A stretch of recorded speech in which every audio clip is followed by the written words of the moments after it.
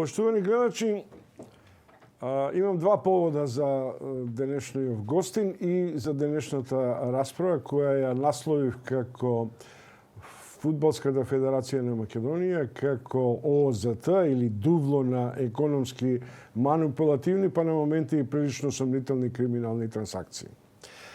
Темата ја испровоцира меѓу другото и реакцијата на Горан Пандев, нашата икона на фудбалската репрезентација, со чии ментален склоп, сигурност, игра и така натаму стигнавме во завршницата на Европското првенство во фудбал. Она што меѓутоа ме шокира е неговото писание, реакција до Фудбалската федерација на Македонија, веројатно предизвикано и од распределбата на парите добиени врз основа на квалификациите и учеството на Македонската федерација. И вториот повод, заради што ќе го представам мојот гостин, Љубомир Ѓурчиновски, екс-висок функционер на МВР и екс-поранешен член на управниот одбор на Фудбалската федерација. Ќе почнеме од ова второто. Овде пред една година, лани во јануари, со господин Ѓурчиновски ја отворивме темата за сомневањата на прилично сомнителните трансакции финансиски, пошто конечно изгледа се разбуричка барата и обвинителството и МВР покрена и оформија обвинителен акт во висина од околу 4,5 милиони евра на начин на прилично незаконито трансферирање на парите во фудбалскиот сојуз.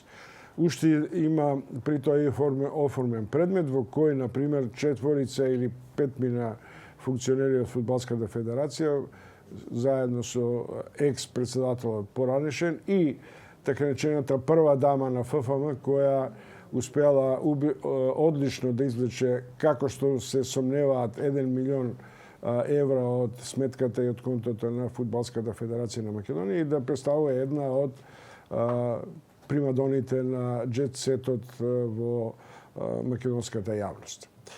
Господинот Љубомир Ѓурчиновски тогаш се разбира со многу такт, но со прилично јасни позиции зборуваше дека тамо има дим, а веројатно ќе има и оген. Сега после година дена оформен е предметот, се покажува дека има прилично сомнителни трансакции. Можеме да бидеме задоволни, но не е ни тоа битно. Битно е зошто сега, после година дена или у март кога се оформи, нема никаква разбиска. Молк. Обично велиме за 5 кебапчиња да притвораат, а за 5 милиона, ама баш сите шетаат слободно. Јас најпрво да ги поздравам гледачите на вашата телевизија и веднаш конкретно и директно да се навратам на вашето прашање. Видете, факт е дека долги години, не само од ланската година, него и долги години пред тоа, државните институции, посебно јавното обвинителство, не се дозавршија работата за која што се повикани да ја дозавршат и тамо каде што основаните сомненија се преточуваат во обвинителен акт.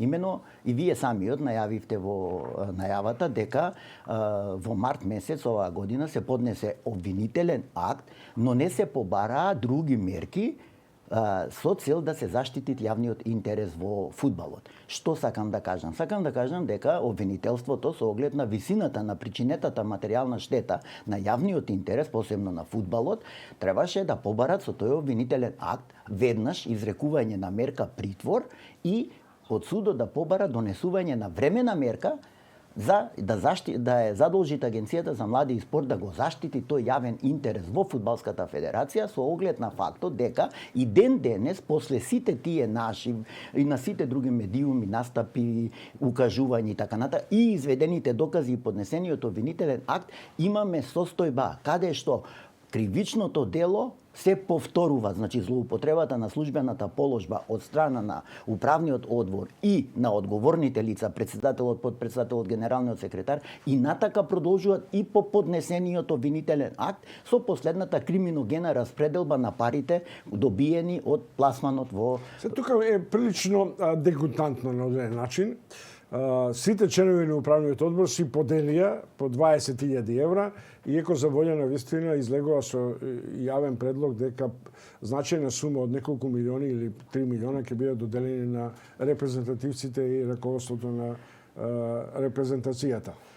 Тоа што на одреден начин е на граница помеѓу сомневање за злоупотреба на јавниот интерес и второ, сомневање дека им немаат ни елементарен вокабулар на етички кодекс, дека тоа е јавно добро, дека тоа не се нивни пари, например, во услови на ковид, кога сите некако правиме обиди за некаква солидарност, баш така глатко да се поделат 20.000 евра. Јас ќе продолжам фудбалски. Значи, тие 300.000 евра значат една добра подлога на терен. Тоа во типот на она што се играат во првите лиги, во петте најаки фудбалски лиги во Европа. Господа, Собранието, согласно статут, е единствен надлежен орган за доделување на награди на органите на управување. Вработените се наградуваат согласно закон за работни односи и колективен договор, а наградата на репрезентативците си е регулирана со правилник во Фудбалската федерација. Инаку, од пласманот на Европското провенство и од постигнатите резултати во Лигата на нации, Фудбалската федерација на Македонија од колачот на УЕФА и припадна 9,25 милиони евра, односно пари кои што за прв пат како средства влегуваат во Република Македонија. Наградата која што е дадена на стручниот штаб и на фудбалерите е сосема заслужена. Господинот Горан Пандев, кога го дигна гласот затоа што во доделување на награда се иземени одредени фудбалери кои што биле повикани во репрезентацијата, одиграле по некоја минута, не викам по цело полувреме, по некоја минута, но и на ними им следуваат награда. И од колегијален аспект, многу фудбалски легенди и многу фудбалски имена во Македонија, после Горан Пандев, го дигнаа гласот против ова раководство кое што на вистина постапи криминогено. Само наградувањето не е дозволено согласно актите на Фудбалската федерација. Значи, они можеле да изготват предлог одлука и предлог одлуката да ја достават до собрание. Дали собранието ќе ја прифатело или нема да ја прифати, тоа е надлежност на собранието. Собранието доделуваат плакети, благодарници, дипломи, парични награди и така натака на спонзори. Ако некој во фудбалот во Македонија спонзорира 100.000 евра, зошто да не му се дадите една златна плакета од собранието да му останат како знак на благодарност? Тоа е димензија која е прекршување на статут, на закон, на јавниот интерес. Ама дозволете, само секунда, кога викаме прекршување, дозволете, во овој случај со прекршување на статутот нанесена е материјална штета на Фудбалската федерација која што треба сега да поднесит предлог, пошто тоа е кривично дело кое што се гонит на предлог, обвинителството го преземат, да поднесит предлог и да се појави во својство на оштетен. А таков предлог може да поднесит само собранието како највисок орган на раководење. Тука ќе влеземе во нешто што е многу исто така сомнително околу собранието. Прва реакција на сомневањата дека може да има и нерегуларно собрание на Фудбалскиот сојуз е одлуката на Општинскиот фудбалски сојуз во Струмица дека нема да делегираат пратеници и делегати на собранието, што на одреден начин зборува и за влијанието на Горан Пандев и на неговата академија. Меѓутоа, уште малку за Горан Пандев. Во Македонија никого не боли брига за големите ведети. На времето Панджев реагираше, сега Пандев реагира, нели? Во услови во кои тие вистина се икони на Фудбалската федерација и на фудбалот во Македонија.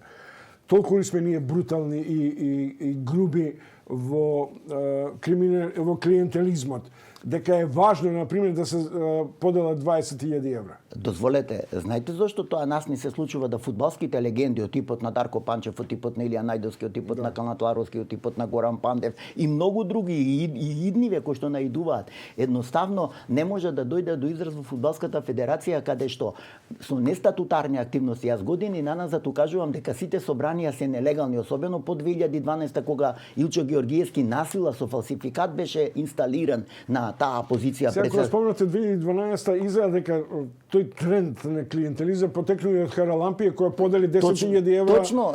Ние чега на така, јас не ги порекнувам на сите криминогени действија, дури и од Лазе, ако сакате, кога беше генерал, значи не порекнувам во ниту еден период. Но сега овај период е најизострен затоа што веќе од 2012 година имаме перманентно нелегални собранија. Реагираше Тетово со Мирса Тионус ако ви текнува, значи. Само една работа, да се вратиме на криминалот, зашто е детектиран. Така. Што според вас ја следи патеката на тој замрзнат предмет на обвинителството? Интереси на членови на управниот одбор кои имаат влијание преку разни партиски структури во судството или немоќта на обвинителството и на судството? Видете, не стануват ниту за немоќ на обвинителството и судството, ниту за нивна нестручност и нивно незнаење. Факт е дека постојат основани сомненија за висок степен на корупција, каде што одредени предмети се чуваат во фиока, не се поднесуваат обвинителни предлози, обвинителни акти, односно обвинителните акти се избегнува да се побарат мерка притвор. Јас ви тврдам овде најодговорно како човек кој што долги години работел на истраги со оглед дека до 2012 година полицијата ги водеше истрагите. Јас како инспектор, почнувајќи од инспектор во полицијата, значи сум водел и сум откривал, има работни резултати во МВР, може да ви дадат на секого. Што ми е зборот? Значи пазете, ако ние имаме едно кривично дело каде што сме успеале во истрагата да утврдиме основани сомненија подкрепени со факти за сторен криминал од 4,5 милиони евра, да не побараме мерка притвор, тоа е апсурд. Затоа што постои опасноста од повторување и нас таму перманентно ни се повторуваат кривичното дело. Овде е проблемот што јавните поговарања и основаните сомненија одат дотамо дека одреден број на обвинители, одреден број на инспектори од финансиска полиција, одреден број на судии се инволвирани со коруптивни елементи да го штитат ова беззаконие и овој криминал кој што ни се случува во фудбалската федерација. Значи тој ни се случува, тој не прекина и ден денес не прекина, затоа што ние таму добиваме дневно известувања дека одредени исплати се вршат за неизвршени услуги. Што сакам да кажам? Неизвршена услуга, на пример, реновирање или поправка на некој дел од трибина, од ова, од она. Фирмата воопшто не постои, тоа се фирми поединци, блиски до членовиве на управен одбор. Само се префрлаат пари за неизвршени услуги. Состојбите се катастрофални. Ако појдете да влезете во сооблекувални во прва лига, ќе ви се згадите. Луѓе, ние играме професионален фудбал. Значи, тоа е катастрофа што ни се случуваат нас во... Сега отворите нешто што е детекција на состојбите во судството. Тоа значи дека постојат спрегите. Постојат спреги на јавни личности, на политичари, на партии, со суди, обвинители и така натаму. Да се задржиме на фудбалскиот сојуз. Прашувам дали оваа госпоѓа која беше дама, нели, уште работи сметководител, директор, и дали Илче, кој исто така е меѓу осомнителните, поранешниот председател, сега е генерален директор, генерален директор. Да. И тој ли оди на работа? Да, тој оди на работа, господјата Има ли мерка за замрзнување на нивниот имот со оглед на тоа дека се осомничени? Точно тоа го зборам. Значи обвинителството со обвинителниот акт не побара дополнителни мерки, мерка притвор, замрзнување на имот, обезбедување на имотот од страна на Агенцијата за млади и спорт, нели, затоа што таму е опфатен кај предметот на госпоѓата Олгица Младенова, која што е осомничена за вадење на пари, за исплата на парични средства за неизвршени услуги, се осомничени, односно пријавени и обвинети се и двајцата председатели и генералниот секретар, затоа што тие ги потпишувале налозите. Госпоѓата не можела да извади пари или да го реализират во платниот промет налогот ако не е потпишан од овластен потписник. Чекате се, ако Олгица била на одреден начин менторирана од овие врвот, тоа значи дека она што вадела нешто за себе, а тоа било околу 1 милион, веројатно 3 милиона се дадени или повеќе за другите замешателства. Таму во тој обвинителен акт опфатени се 14 приватни компании, кои што значи фактурирале, издавале фактури за неизвршени услуги. Викате 14 14 компании. 15 членови на управен одбор има Точно награди, така, тоа значи затоа- секој член има своја фирма. Затоа јас мислам дека беше заеден он за порталот, каде што реков дека основаните сомненија укажуваат дека во најмала рака во последниве 5 години во Фудбалската федерација се украдени, односно злоупотребени, извинете, не украдени, хајде да не биде така дрско, злоупотребени над 10 милиони евра. И обвинителството да не побарат мерка притвор за подписниците, значи за одговорните лица. Ѓурчиновски има тука уште една веројатно спрега направена која покрива организиран криминал, а ме интересира зошто на пример не се подведени по тоа дека се работи за организиран криминал или евентуално за перење на пари, каде што има и многу по-ригидни мерки за заштита и така натаму. Затоа и ја спомнав финансиската полиција. Значи, према обвинителството и према она што јас ги добивам како сознанија, финансиската полиција перманентно проверуваат некои состојби.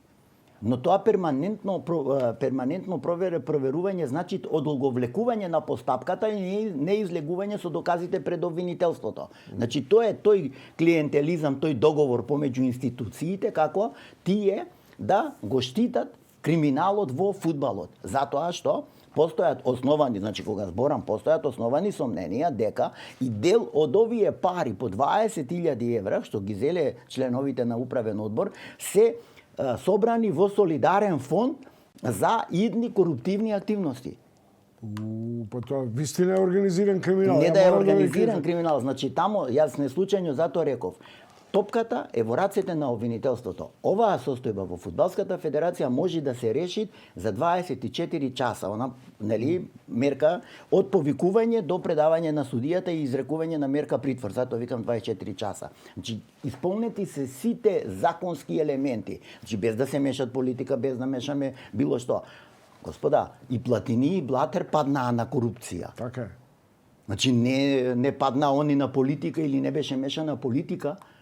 Затоа викам, ако ние ја немавме таа спрега, коруптивна спрега, помеѓу обвинителството и Фудбалската федерација, до сега целиот управен одбор, кој што не го амнестират, колективната одговорност не е исклучена сега согласно кривичниот закон, че целиот управен одбор ќе се најдеше во притвор. Љубомир Ѓурчиновски, екс висок функционер на МВР и поранешен член на управниот одбор на Фудбалската федерација, која повторно темеле потресена после оваа реакција на Горан Пандев, која, за волја на вистина, господин Ѓурчиновски овде пред една година ги навести овие криминални дејанија и ова што помалку сум шокиран дека постои јасна спрега меѓу членовите на управниот одбор и дел од обвинителството, полицијата и финансиската полиција во забошотување на овој криминал. Дали не ви се чини дека толку се комотни и слободни што на одреден начин се и заштитени од партиските водства? Актуелниот претседател на Фудбалската федерација е, да речем условно, експозитура или миленик на Муса Џафери. Илче беше миленик на Никола Груевски. Тоа значи дека Фудбалскиот сојуз, на одреден начин врвовите, имаат јасни ментори надвор од фудбалот, а тоа е пред се во политиката. Видете, често пати нашите медиуми во делот на политиката кажуваат дека спрегата помеѓу ДПМН и ДУИ не е прекината. Јас фудбалски ќе кажам дека таа спрега помеѓу криминогеното ДПМН на Груевски и криминогеното владење на ДУИ не е прекината. Тоа јасно и вие го констатирате, како теза го ставате и тоа јасно држи. Они се повикуваат на тие партиски спреги и на тие свој партиски ментори, и едните и другите, и затоа си земаат за право, значи спротивно на решение на Агенција за млади и спорт, државен орган. Они држат нелегални собранија со нелегални општински сојузи, каде што нема ни фудбалски лиги, каде што нема ни фудбални судиски органи, нема ништо. Господа, нема ништо, фудбалот е руиниран, растурен, особено на најдолното место, на изворот, што викаме во општинските сојузи. И они си држат собранија, си бираат нелегитимни делегати. Кога е следното собрание? Следното собрание е закажано за март месец, 24 март. Добро, тоа ќе го следиме, зашто има исто така сомневање видите, за... на тоа собрание не треба ни да се дозволи да се одржи, со оглед дека на тоа собрание ќе присуствуваат нелегитимни делегати, она што го најави ОФС Струмица, вчера што го откажа собранието ОФС Тетово, што се најави во ОФС Охрид и така натака, значи многу општински фудбалски сојузи не се согласуваат со овие избори кои што се малтене се прават меѓу круг на пример од 5-6 луѓе, за да се добијат истиот состав на управен одбор во фудбалската федерација, а сето тоа е спротивно на законот за спорт. Ние прво треба, значи, мораме како држава, зборам ако треба им поголемо влијание на државните институции, мораме прво да го усогласиме статутот со законот за спорт, па да одиме на избори. Секаде, нели, прво се усогласува изборен закон, па се Добро, за тоа ќе разговараме, имаме многу фора, останавме на ова што на одреден начин за мене и за вас е сатисфакција, бидејќи ние проговоривме прилично јавно на оваа тема. Иако сум загрижен затоа што постои инертност во истражните органи и во обвинителството побрзо да се процесуира ако има докази, предполагам дека има докази, сомневањето за кривични дела кај 14 дури членови на фудбалската федерација и морам на крај да ви се заблагодарам на храброста и одважноста што постојано им демнете, им дишете во врат, иако морам да кажам дека кога вака агресивно настапуваме, имаат еден јасен, пуштете ги тие, кучињата лајат, караванот врви. Љубомир Ѓурчиновски, гостин во утрински брифинг за криминалното дувло во Фудбалската федерација на Македонија и за реакциите на Горан Пандев, па и на другите фудбалски сојузи околу незадоволството со менаџирањето на парите и сомневањата за криминал во Фудбалската федерација.